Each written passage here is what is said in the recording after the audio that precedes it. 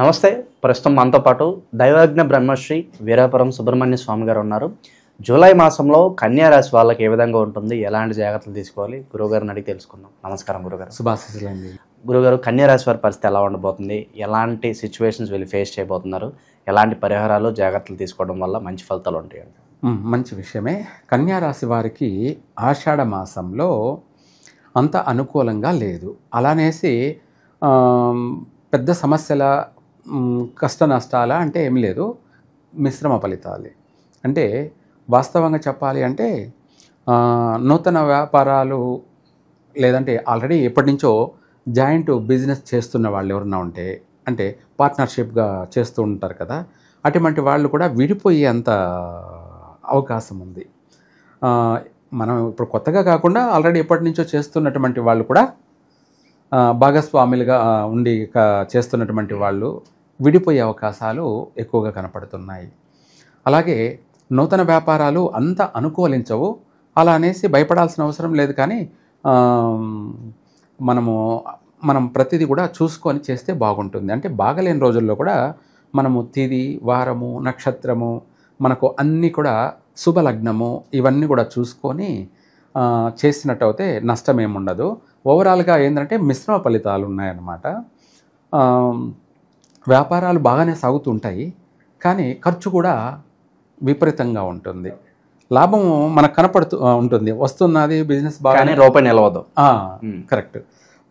చూసే వాళ్ళకి కూడా బాగానే సంపాదిస్తున్నారు అని అనుకుంటారు, కానీ అది ఏదో ఒక రూపంలో ఖర్చు కూడా అయిపోతుంది. మనం సంపాదించింది ఎంతో, ఖర్చు కూడా అంతే అయిపోతుంది. అట్లనేసి అధికంగా నష్టాలంటే ఏమీ లేవు. ఇంకా చెప్పాలంటే కాస్త అప్పులు చేసుకునే అవకాశం కూడా కనపడుతుంది. అంటే అవసరాన్ని బట్టి, ఎవరెవరి ఒక ఆలోచన అవసరాన్ని బట్టి, చేసే పనిని బట్టి రుణాలు కూడా చేసే అవకాశం కనపడుతుంది. అయితే ఆ రుణాలు కూడా అందుతాయి లేదంటే అందుతాయి. ఆల్రెడీ రుణం చేయడం అనేది లాస్లో ఉన్నామని అర్థం. అక్కడ కూడా రుణం చేద్దామన్నా దొరకని పరిస్థితి అంటే అదేం లేదు. అవసరానికి అందుతాయి, అనుకున్న పనిని చేయగలుగుతారు. కానీ ఆల్రెడీ అప్పు అయితే ఉంటుందన్నమాట. అలా ఆ విధంగా మనం చేసే ప్రతి పనిలో కూడా ఈ రాశి వారికి కొన్ని పనులు అవుతాయి, కొన్ని పనులందు ఆటంకం ఏర్పడుతుంది. అంటే మధ్యలోనే నిలిచిపోయే అవకాశాలు ఉన్నాయి. ప్రారంభం చేసినా కూడా, లేదంటే ప్రారంభం అంటే మనం అనుకున్నాము పలానా ఒక వ్యాపారం చేద్దామని, ఆ వ్యాపారం జరగకుండానే మనము ఆ వ్యాపారాన్ని ప్రారంభించకుండానే మధ్యలోనే మనము ఆగిపోయే అవకాశం కూడా కనిపిస్తూ ఉంది. అందుకనేసి ప్రతి విషయంలో కూడా ఆచితూచి అడుగేయడం మంచిది. వైవాహిక జీవితం ఎలా ఉంటుంది గురుగారు? తొందరపాటు నిర్ణయాలు పనికిరావు.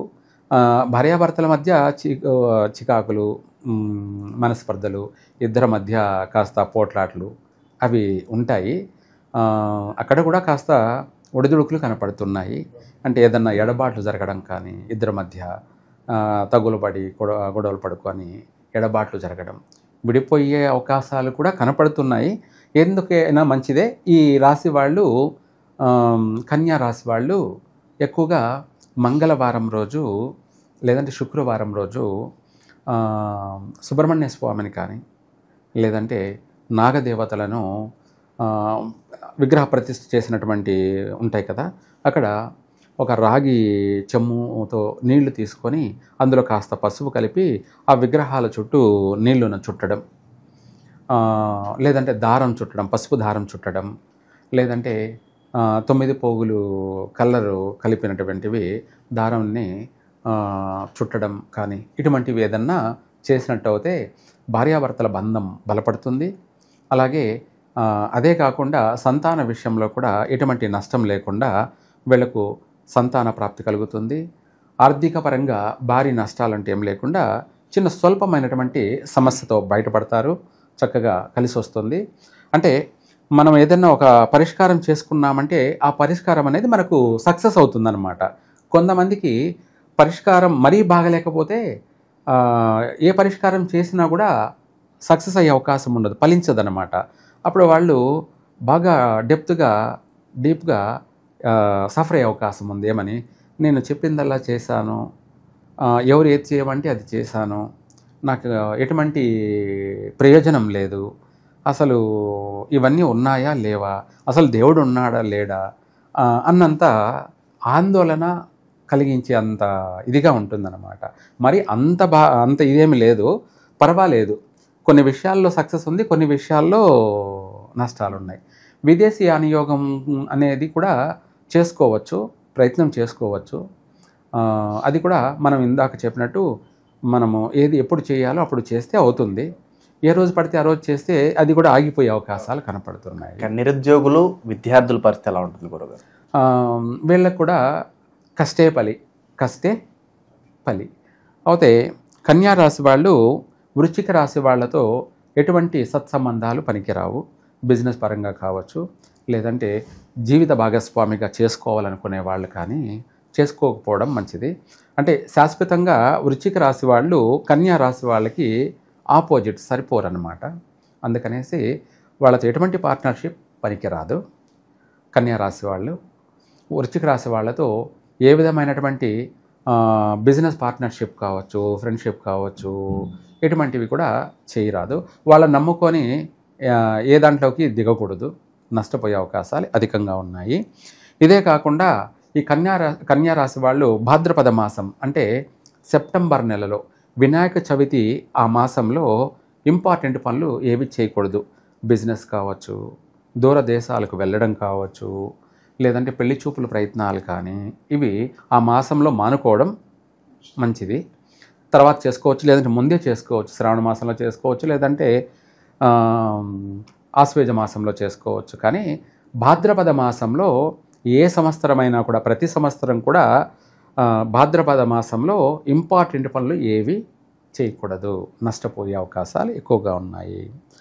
తర్వాత దీంతోపాటు ఈ కన్యా రాశి వాళ్ళకి తిథులలో వీళ్ళకు కూడా పంచమి, దశమి, పౌర్ణమి తిథులు కన్యా రాశి వాళ్ళకి కలిసి రావు. ఆ తిథులు మంచివే, కానీ వీళ్ళకు ఆపోజిట్ తిథులు, ఘాతు తిథులు. అందుకనేసి ఇంపార్టెంట్ విషయాలు, వాహనం ఏదైనా కొంటున్నారా, కొనొద్దు. లేదంటే విదేశాలకి ఈ తిథుల్లో బయలుదేరాల్సింది వచ్చిందా, అది మనము ముందే చూసుకొని పోస్ట్ పోన్ చేసుకోవాలి. అంటే మనం బుక్ చేసుకునేటప్పుడే, టికెట్ ఏదైనా బుక్ చేసుకునేటప్పుడే వేరే తిథుల్లో చేసుకుంటే పర్వాలేదు. ఈ తిథుల్లో కలిసి రాదంత అనుకూలం ఉండదు. అలాగే ఇవే కాకుండా ఏదైనా సరే ముఖ్యమైన విషయాలలో జాగ్రత్త పాటించడం మంచిది. కన్యా రాశి వాళ్ళు ఇందాక మనం చెప్పుకున్నట్టుగా సుబ్రహ్మణ్య స్వామిని ఎక్కువగా ఈ జూలై నెలలో ఎక్కువగా ఆరాధించడం, పూజించడం చేసినట్టు అయితే కలిసి వస్తుంది. ఇంకా కూడా నల్ల చీమలకి బియ్యము, చక్కెర శనివారం దానం చేస్తే వాటి వల్ల వీళ్లకు సర్వకార్య సిద్ధిరస్తు, వాటి ఆత్మ సంతృప్తి చెందుతుంది. కాబట్టి వీళ్లకు ఇప్పుడు మనకి ఎవరికైనా అతిథి సత్కారం పిలిచి పంచభక్ష పరిమాణాలు పెడితే మనం తిని ఏమంటాము, బాగా పెట్టారు, బాగా చూసుకున్నారు, వీళ్ళు బాగుండాలి అని మన మనసులో ఆత్మ కూడా మనసులోనైనా కోరుకుంటుంది, బయటికైనా కానీ తలుచుకుంటుంది. అట్లాగా నల్ల చీమలు చేయడం వల్ల వీళ్ళకి రాబోయే ఉపద్రవాలు, ఆటంకాలు, నష్టాలు, కష్టాలు ఈ అన్నీ కూడా సైడ్ అయిపోయే అవకాశం ఉంది, వైదొలిగిపోయే అవకాశం ఉంది. కన్యా రాశి వాళ్ళు ఇలా చేసినట్టు అయితే చక్కగా కలిసి వస్తుంది. ఓవరాల్గా ఈ రాశి వాళ్ళందరికీ ఈ నెల ఎలా ఉంటుంది, ఎలాంటి పరిస్థితులు ఎదురవుతాయి, ఎలాంటి జాగ్రత్తలు తీసుకోవాలి, మీ మాటలు అద్భుతంగా వివరించారు. హోప్ఫుల్లీ వీళ్ళకి గుడ్ టైం స్టార్ట్ అవ్వాలని చెప్పి మనస్ఫూర్తి కోరుకుందాం గురుగారు. ధన్యవాదాలు గురుగారు. సర్వేజన సుఖినో భవంతు.